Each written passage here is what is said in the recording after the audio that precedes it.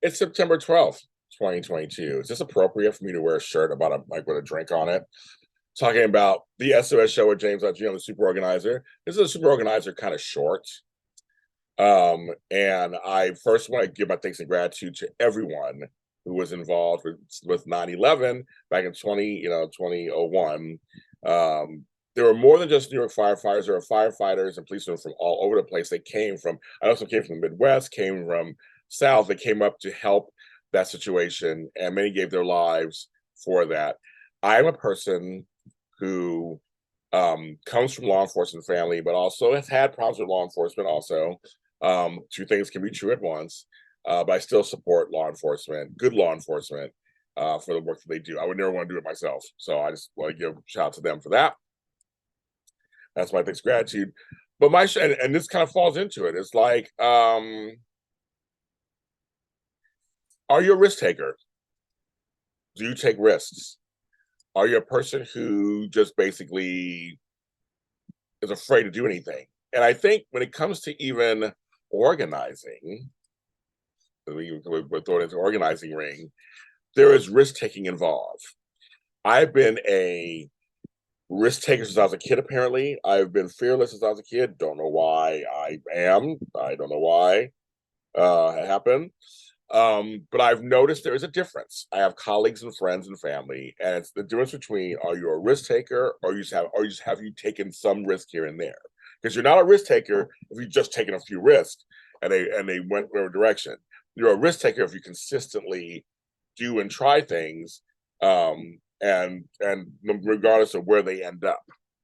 And when you are a person who is scared and nervous and afraid to clean up your mess or change your routines or start something new, um, which can be very scary, of course, it can stunt you. It can just make you just not do anything and nothing happens.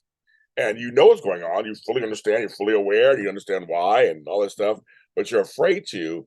That's not risk taking. I have friends who have great ideas and great things, and they just are stuck and either waiting for somebody to save them or somebody to show them that it's a sure thing, which that you don't know nothing's a sure thing, or just paralyzed in fear because it could not work out and maybe I'll be worse off than I was before. And some leaps of faith, that's what it is, and I have faith. Leaps of faith are scary. They're very scary because you don't know the outcome for sure. You can guess an outcome, you can feel an outcome, you can praise and hope an outcome, but you don't really know until it happens.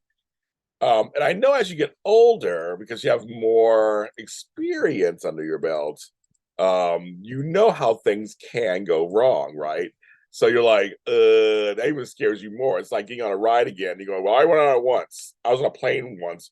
And I was like, well, I was already on there once. I know how it goes. I didn't want to go again. I remember the feeling of how upset I was on that first time. So I'm like, yeah, I know that one. I know that one very much. So yeah, so I totally get it. And I know, but I have learned sometimes it's worse to not do anything. Many times it is. It's worse to not take risks. Like you sit there, nothing ever happens. And you live in a way that you may get used to it, but it's not good for you.